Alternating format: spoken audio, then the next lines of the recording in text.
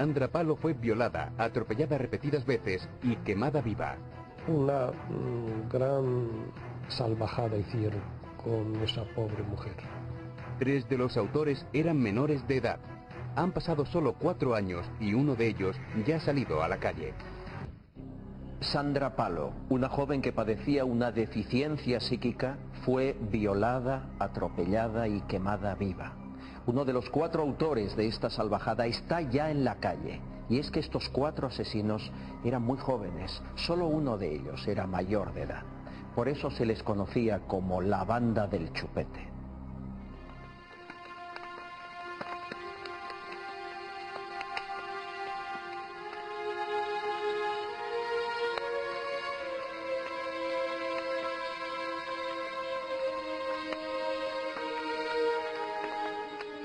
Todo crimen es repugnante y rechazable, pero desde luego el fallecimiento de esta joven fue atroz.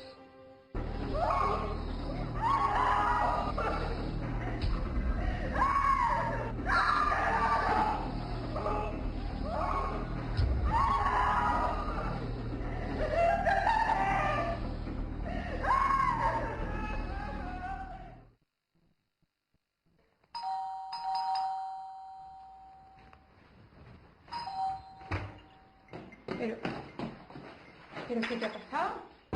¿Pero Sandra? ¿Pero qué te ha pasado? ¿Qué te pasa? Ay, ¿pero qué te ha pasado? Pero cuéntamelo. Pero hija, cuéntamelo. Pero, ¿qué te han hecho? A ver. Ay, madre mía, ¿quién te la ha hecho? ¿Quién te ha hecho eso en el ojo? Dímelo. ¿Unas niñas? ¿Unas niñas del colegio? Se van a enterar ahora. Los que la conocían siempre pensaron que Sandra Palo había nacido para sufrir. Desde su infancia soportó el rechazo de los demás. Ya con 9 años se enfrentó a una de las más duras meningitis, pero se aferró a la vida y se recuperó totalmente. ¿Pero qué se piensa? ¿Que yo voy a seguir permitiendo que a mi hija le peguen? Yo he tenido muchos enfrentamientos con muchos chavales del instituto, porque bueno, siempre venía con la cartera pisoteada, siempre o le habían roto la cazadora, venía con la mochila escupida. Para no escuchar los insultos de los demás, Sandra iba a todos sitios con un Walkman. Solo la música la alejaba de la cruda realidad. Era una niña especial, muy especial. Mis hijos son especiales para mí y mi familia. Pero ella, pues, por el problema que tenía, pues mis hijos lo comprendían, que yo tenía que estar como más volcada, ¿no? Porque la sociedad fue muy cruel con ella. La sociedad, según fue creciendo, fue muy cruel y sigue siendo cruel, porque de hecho a las pruebas me remito, ¿no? Pero el destino le deparaba otro duro golpe.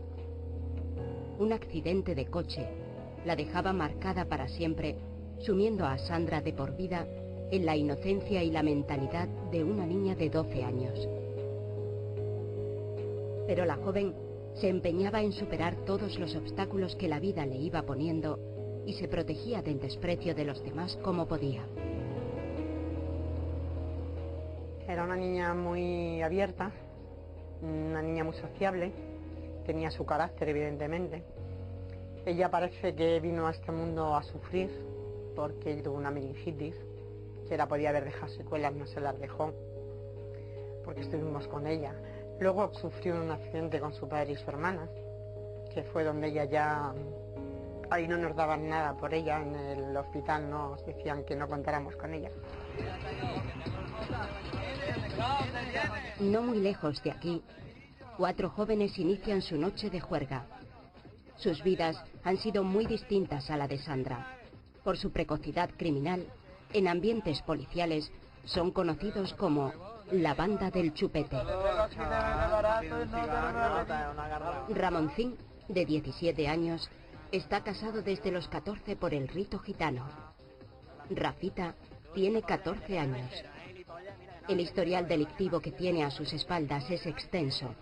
Denuncias por quema de coches, a las que se suman las de unos vecinos que aseguraban haberlo visto disparando desde su ventana con una escopeta de perdigones a cuantos pasaban por la calle. Ramón también es menor de edad, a diferencia del joven conocido como el Malaguita, el único que supera los 18 años. Juntos tenían la friolera de 700 denuncias por robos y agresiones. El hecho de que fueran menores siempre impidió su ingreso en prisión. En la fiscalía se amontonaban sus denuncias. Sus expedientes engordaban con folios y folios. Se les detiene en algunos de los casos, acumulan incluso más de 700 denuncias, no solo estos menores, sino todos los de la banda del Chupete sumada. Esos fueron los datos que a nosotros nos ofrece en su momento la policía, que eran cerca de 700 denuncias ya que acumulaban, y no pasa nada, es absolutamente irrelevante la calificación penal que se les dan, porque están, o sea, igual que entran en comisaría salen. Nosotros tuvimos oportunidad incluso de hablar con algunos de los policías y decían que estaban absolutamente desesperados, que les daba igual detenerlos porque los veían a las horas en la calle.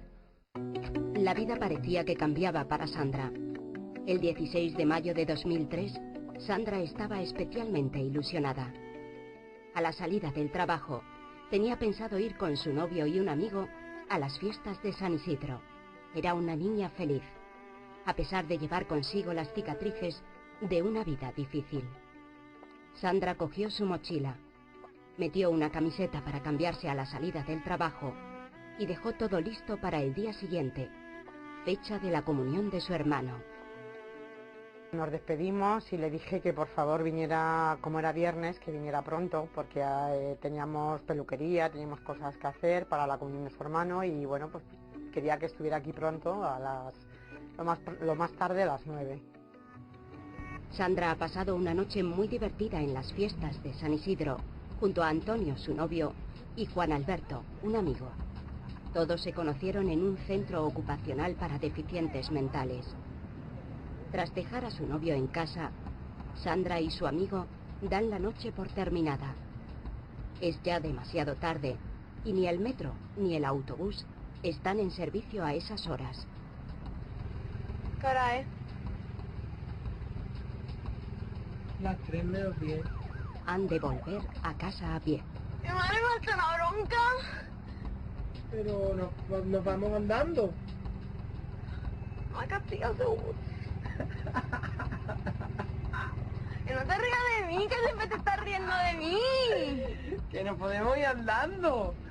Y no pasa nada. Pero tú me acompañas a mi casa. Sandra camina junto a su amigo Juan Alberto por un arcén de la M40. Han de volver andando por un paraje solitario.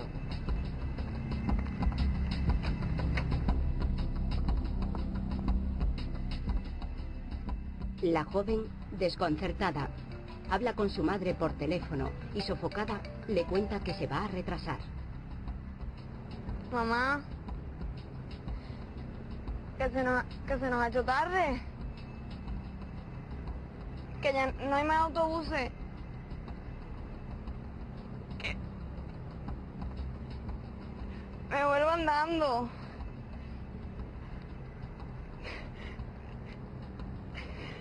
No sé cuándo voy a llegar.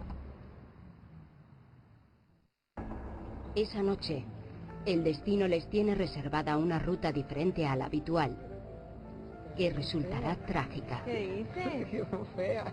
La mala suerte pronto se cruzará en el camino de los jóvenes, justo cuando Sandra comenzaba a ser feliz.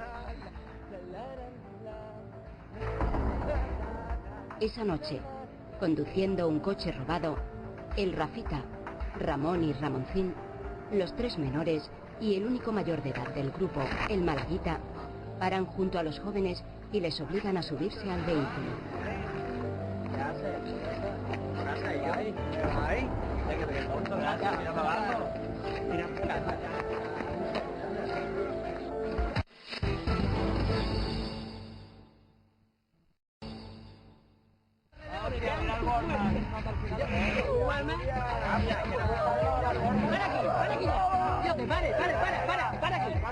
Minutos después, echan a Juan Alberto del coche y lo amenazan para que no hable. Sandra intenta, sin éxito, escapar del vehículo. Asustada, ve alejarse a la única persona que podría ayudarle. Ahora estaba sola e indefensa, bajo la voluntad de unos desconocidos.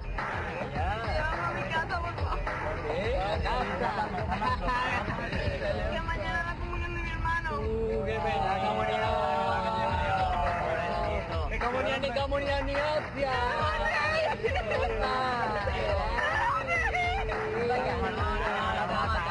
No llores, no llores. ¡Sube, coño, te digo!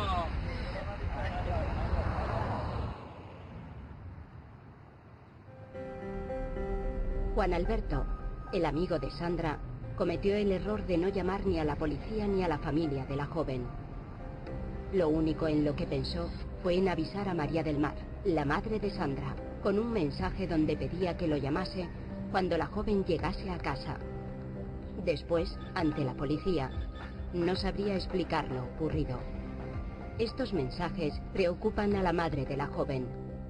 En ese momento, María del Mar teme que algo extraño pueda estar sucediendo, pero le es imposible imaginar el calvario que Sandra está a punto de sufrir. Sobre las 3 de la mañana aproximadamente, yo recibo un mensaje de Juan Alberto, que está registrado en los juzgados y está registrado en las sentencias. Me decía eso, que Sandra había subido en un autobús, en el autobús de la Plaza Elíptica, y que ya venía para acá de camino, pero que si no llegaba, que yo le mandara un mensaje. Me pareció un poco raro, ¿no? Pero bueno, dije, vale, digo, pues si ya viene el autobús me quedo un poco más tranquila. Pero en escasos minutos, creo que en variación puede ser de 3, 4, 5 minutos, me vuelvo a recibir otro mensaje. En ese ya es cuando yo ya me mosqueo, porque me dice, ya no hace falta que me mandes un mensaje si llega Sandra, pero si llega, me llamas. Ahí ya me pareció todo muy raro, ¿no? Porque era una cosa que ya no me contrastaba con el otro mensaje, ¿no? Ahí es cuando yo ya empiezo a preocuparme. La banda del Chupete se dirige hacia un polígono industrial a las afueras de Madrid. Una vez allí, a las puertas de una fábrica, obligan violentamente a la joven a bajar del coche.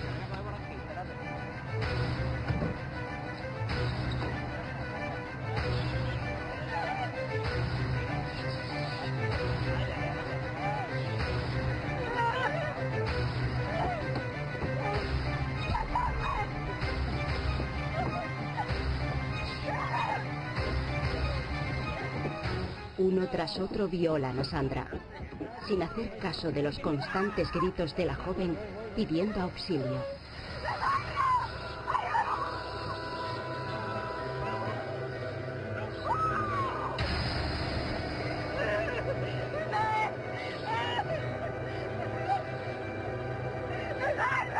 Se inicia una acalorada discusión para decidir qué hacer con ella. Sandra escucha las atrocidades que piensan cometer, sin poder hacer nada para remediarlo. La joven intenta vestirse y huir del lugar, pero ellos se lo impiden. Su destino estaba en manos de un grupo de desalmados. Lo primero que deciden es impedir su huida de una forma macabra.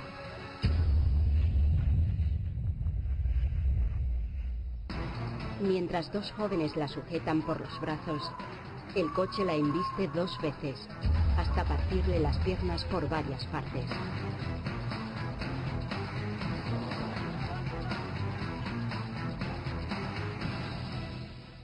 Sandra queda inmóvil e indefensa, a merced de la voluntad de sus captores. Ahora, los criminales discuten sobre qué es lo próximo que van a hacer con Sandra. Ella lo escucha todo desde el suelo y sabe que su tortura está lejos de acabar. Finalmente deciden acabar con ella y el malaguita la atropella entre 10 y 15 veces con las ruedas delanteras, adelante y atrás. Según agentes del Grupo Sexto de la policía, el mismo malaguita reconocería que se sintió impresionado por el sonido del crujir de los huesos. Aunque Sandra se encuentra inconsciente durante la mayor parte de la tortura, en los breves instantes en los que recupera la conciencia, se da cuenta de la brutalidad que están cometiendo con ella. El cuerpo de Sandra no se mueve. Los 4 criminales creen que Sandra ha muerto, por lo que deciden quemarla. Así que se marchan a una gasolinera para conseguir combustible. Los jóvenes han dejado abandonado por unos momentos el cuerpo de Sandra. Ni siquiera lo ocultaron antes de marcharse del polígono. Los 4 de la banda no muestran signo alguno de preocupación o remordimiento por la brutalidad que acaban de cometer. Están tan obcecados en conseguir gasolina para hacer desaparecer el cuerpo de Sandra, que se arriesgan a que la cámara de vigilancia les grabe. A pesar de sus temores, las imágenes son demasiado borrosas para ser definitivas en el caso.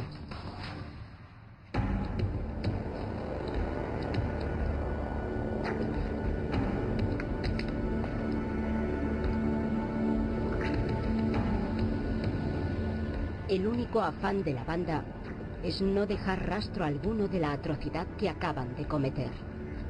Sin embargo, cuando vuelven al lugar de los hechos, notan que Sandra todavía mueve un brazo.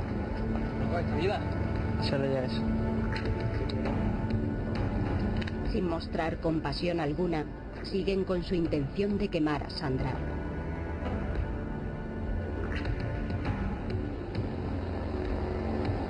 Ni siquiera intentan rematarla.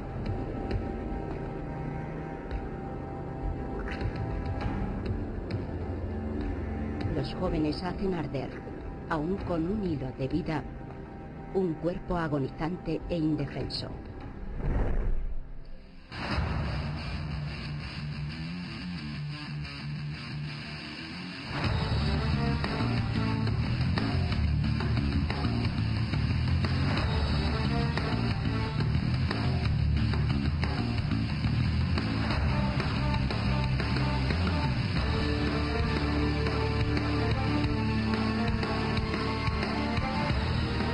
Salvajada, los 4 jóvenes huyen del lugar y abandonan el coche después de incendiarlo. Es uno de los crímenes en los que he observado se descargó una gran violencia, digamos, una gran salvajada hicieron con esa pobre mujer. Todo crimen es repugnante y rechazable, pero desde luego el fallecimiento de esta joven fue atroz. Para consuelo, si cabe un poquito de consuelo, dentro de la atrocidad ha habido una serie de fases en que perdía conocimiento, o que estaba semi-inconsciente. Gracias a ello no sufrió mucho, pero de todas formas, en los momentos en los que recobraba el conocimiento, aunque no le doliese la atrocidad de percibir lo que a su vez le estaban de nuevo realizando, eso supone una verdadera salvajada. Horas después, un camionero encuentra el cuerpo calcinado y avisa a la policía.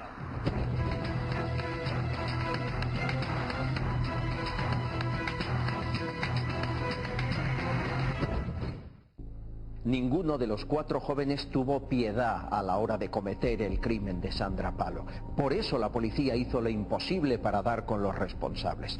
Hubo un detalle, un dato que les puso sobre la pista y que terminó delatándoles. María del Mar, la madre de Sandra Palo, va a celebrar la comunión de su hijo ajena al calvario que acaba de sufrir la joven. Aunque está preocupada porque Sandra no ha dormido en casa, se inclina a pensar que ha pasado la noche en casa de alguna amiga por miedo a que la castiguen. Yo tenía que hacer de tripas corazón porque, claro, era un día muy importante para mi hijo y yo no podía pensar en que a mi hija le había pasado nada. Solamente podía pensar en que mi hija, por miedo a represalias que le pudiéramos decir, no llegara, no hubiese venido esa noche. El que iba a ser uno de los días más felices para la familia pronto se convertirá en el más negro y angustioso. Yo no podía evitar las lágrimas, evidentemente tenía que ir cada 2 por 3 a retocarme al baño para que mi hijo no sintiera lo que a mí me estaba pasando. Él notó la falta de su hermana, porque sí que me lo preguntaba, pero yo le decía, no sé hijo, digo, se habrá quedado en casa una amiga y no querrá venir porque no la regañemos, yo le decía, porque era un niño con 10 años, ¿no? Y además ese día ni había dormido.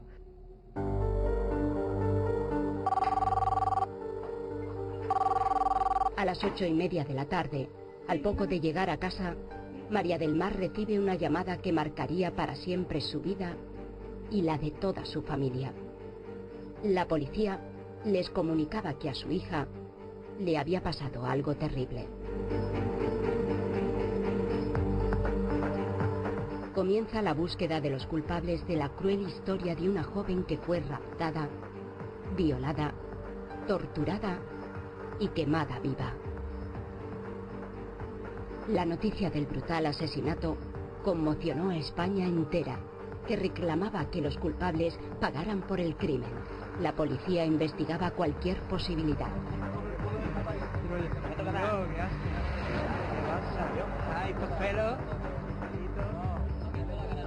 Los asesinos parecían no ser conscientes de su terrible crimen y presumían ante sus amigos y con una frialdad estremecedora de todo lo que le habían hecho a Sandra. La tía. La policía fue cerrando poco a poco el círculo de los sospechosos, hasta que conocieron la identidad de los presuntos autores del crimen.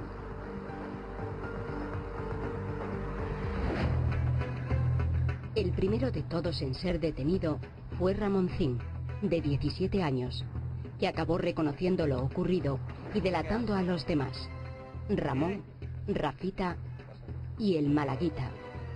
Los 4 asesinos de Sandra Palo eran por fin detenidos. Un desalmado carente de cualquier remordimiento, pues en este caso queman, atropellan, vejan, lesionan y violan a Sandra en la más absoluta de las vejaciones. Es absolutamente aberrante. Yo creo que es el caso más fuerte, sin duda, de menores que nosotros hemos vivido como profesionales. No entiendo por qué estas personas existen, no lo entiendo. Es algo que nunca entenderé. Mira que lucho y lucho, pero cuando me hago esta pregunta digo, es que los animales cuando matan por la comida, pero estos son alimañas que se iban regodeando de lo que le habían hecho a mi hija. Personas que todo el mundo lo sabía y los tenían atemorizados a un barrio. Que le habían dado la muerte del torete, o sea, cuando yo esa película la he visto cuando era jovencita. ¿Cómo una persona puede decir que siente placer cuando cogen los huesos de una persona? O sea, no me creo que estas personas existan de verdad, pero sí me lo creo porque están ahí. 1 año y medio después, el juicio de los menores comenzó con una gran expectación. El Malaguita era juzgado en una vista aparte por ser adulto. Menos de 3 metros separaban a María del Mar de uno de los asesinos de su hija. Ese día revivió la violenta muerte de Sandra. Ella repetía otra vez de que no la matase, que viniera a dormir con su hermano. Y la estábamos calmando, que tranquila, que no íbamos a hacer nada y tal. Después fui yo, lo hice con ella, me retiré. Cuando terminé, me retiré con Rafita a limpiarme. A mí lo que más me sorprende sobre todo es la brutalidad de lo que cometieron, la tranquilidad que presentan. Cuando se juzgan sus hechos es una tranquilidad absolutamente pasmosa, ¿no? Como si no pasara nada, como si estuvieran ajenos de la realidad.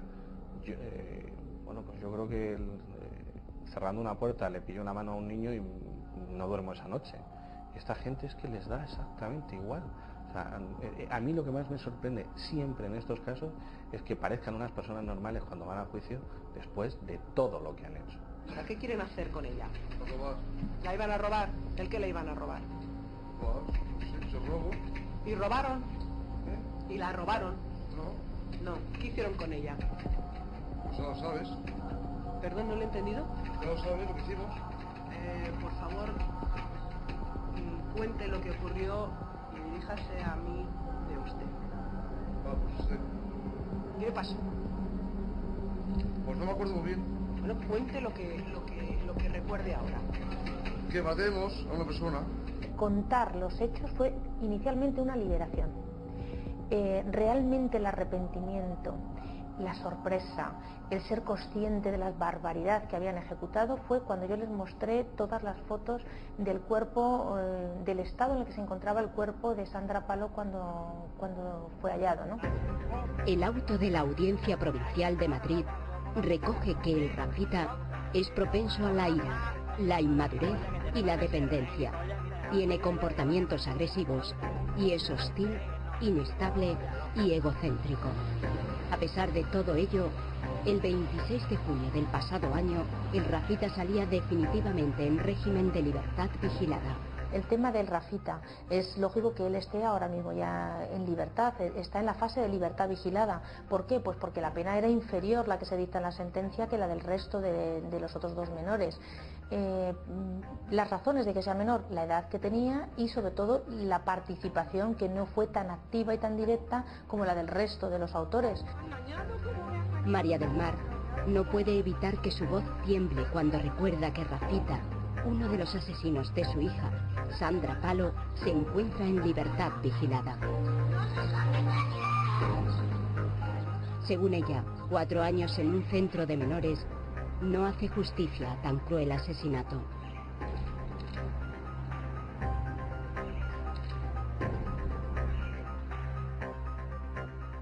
Ahora, Rafita deberá encontrar un trabajo y respetar las normas de convivencia y horarios establecidos.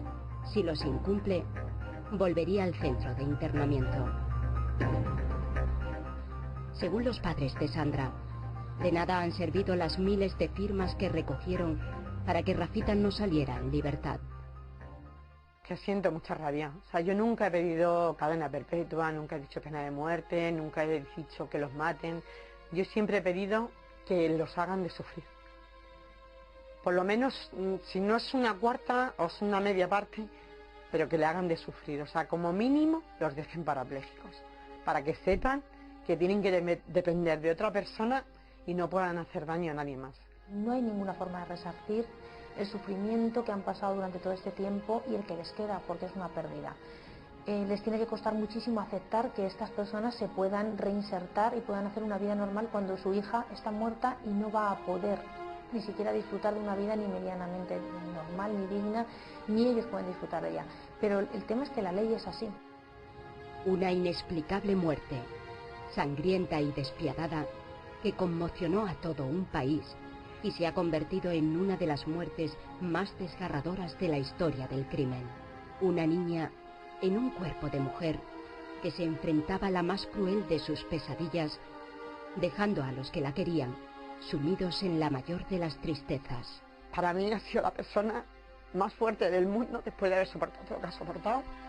Yo al lado de ella me considero insignificante, pero en nombre de ella yo se lo prometí y voy a seguir luchando.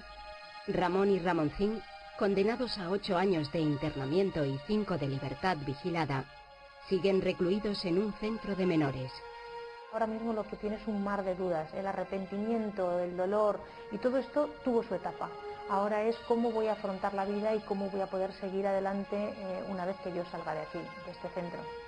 Mientras, el malaguita, que tenía 18 años cuando asesinaron a Sandra, cumple actualmente una condena de 64 años de prisión. Los menores, analfabetos cuando ingresaron en el centro, han aprendido a leer y a escribir. Sus conductas parecen estar cambiando. Rafita está en libertad vigilada tras cumplir 4 años en un centro de menores. Su caso ha abierto un debate sobre la aplicación de la ley del menor en determinados casos.